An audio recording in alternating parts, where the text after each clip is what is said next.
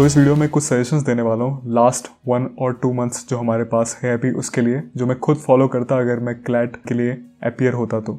So last month में मॉक्स तो solve करना ही है। हर रोज आपका टारगेट होना चाहिए कि यू सॉल्व एटलीस्ट 1 और 2 मॉक्स। बट उसके अलावा हर एक सब्जेक्ट में क्या करना है इसके बारे में भी हम बात करेंगे। तो पहला सब्जेक्ट है इंग्लिश।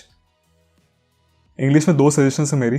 फर्स्ट सजेशन ये है कि अपनी वोकैबुलरी इंप्रूव करो, या फिर जो वर्ड्स आपने ऑलरेडी रीड करे हैं लास्ट के 1-2 साल में उनको रिवाइज करो। क्योंकि बहुत बार ऐसा होता है कि पैसेज हम केवल इसलिए समझ नहीं पा रहे होते क्योंकि उसमें वर्ड्स ऐसे आ रहे होते हैं जो हमें डिफिकल्ट लगते हैं और उनके कारण पूरा पैसेज हम नहीं समझ पाते।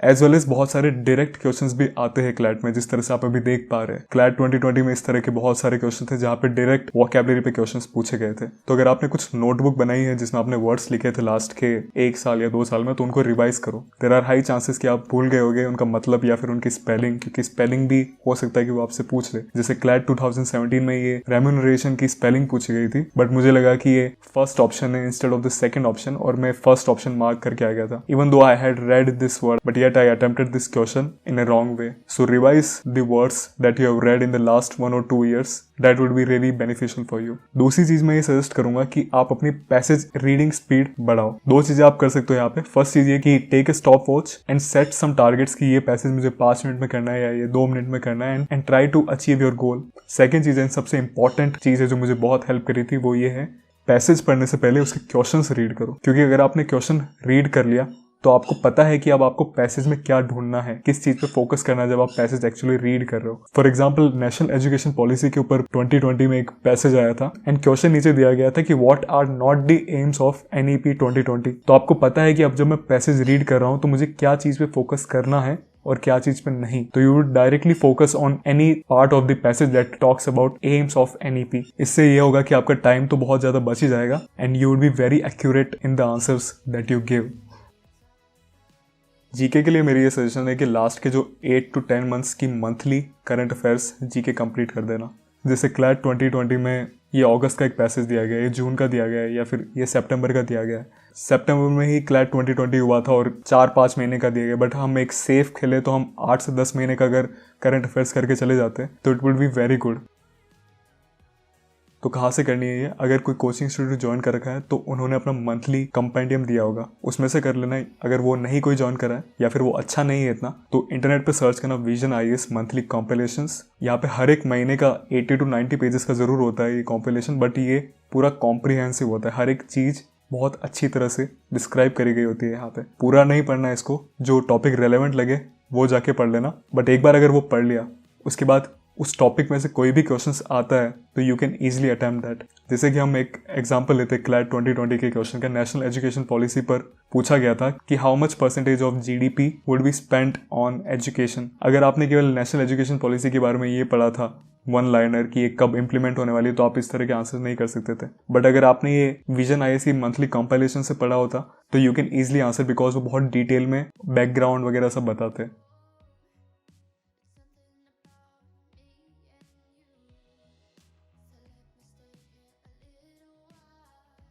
So your target should be completing 1 GK monthly compilation in a day. 2 से 3 घंटे लगेगी केवल। 12 दिन में 12 मंथ की हो जाएगी कंप्लीट, और फिर एक बार और रिवाइज करने में 12 दिन और लग जाएंगे। 1 मंथ में सारी 1 साल की जीके कंप्लीट हो जाएगी and you would be totally prepared for the current affairs section. Logical reasoning की मेरी ऐसी कोई सजेशन नहीं है स्पेसिफिक। इट्स जस्ट दैट आप ज़्यादा से ज़्यादा क्वेश्चन रीड करो, और किसी कॉन्सेप्ट में अगर आप वीक हो तो उसको ज़्यादा से ज़्यादा प्रैक्टिस करो। जैसे मैं सिलॉजिज्म में थोड़ा सा वीक था, तो मैंने लास्ट मंथ अपने आप को प्रैक्टिस करा कि मैं इस टॉपिक में अच्छा हूँ, और क्लैट से पहले मैं बहुत अच्छा हो गया था। आई attempted all the questions correctly in 2017 CLAT examination. Legal reasoning section की अगर हम बात करें तो क्लैट 2020 में इस तरह के कॉन्सेप्ट्स थे: polluter pays principle, principle of strict liability, obscenity, defamation and so on. तो मेरी सजेशन ये रहेगी कि जो बेसिक कॉन्सेप्ट्स होते हैं लॉ ऑफ टॉर्ट्स के, स्ट्रिक्ट लाइबिलिटी, डिफेमेशन, ये सब पहले से पढ़ के चले जाना, ताकि ऐसे लंबे लंबे पैराग्राफ एग्जाम के दिन ना पढ़ना पड़े। आपको पहले से अंडरस्टैंडिंग हो कि डिफेमेशन क्या होता है, पॉलिटर पेस प्रिंसिपल क्या होता है, तो आपको ये पैराग्राफ पढ़ने की जरूरत नहीं होगी और आप डायरेक्ट क्वेश्चंस अटेम्प्ट कर पाओगे। तो कोचिंग इंस्टीट्यूट ने मटेरियल दे रखा होगा आपको, just read those materials again so that your basics or foundation are really good and you can directly attempt the questions.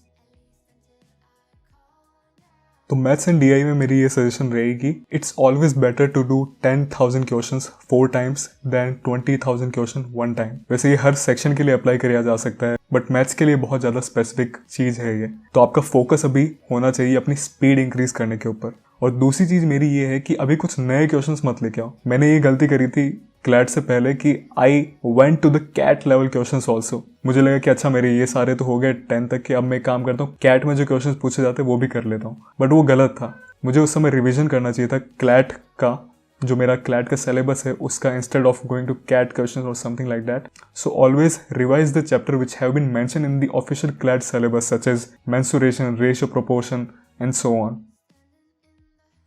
So this is all from my side. Next video मेरा आने वाला है best book for CLAT 2022 and 23। बहुत research करी है मैंने इस list of books को बनाने के लिए, एंड आई एम श्योर कि अगर आपने वो बुक्स कंप्लीट कर ली, you can easily sail through and crack CLAT or ALET or any other exam for that matter. So thanks for watching this video till the end. Have a great day.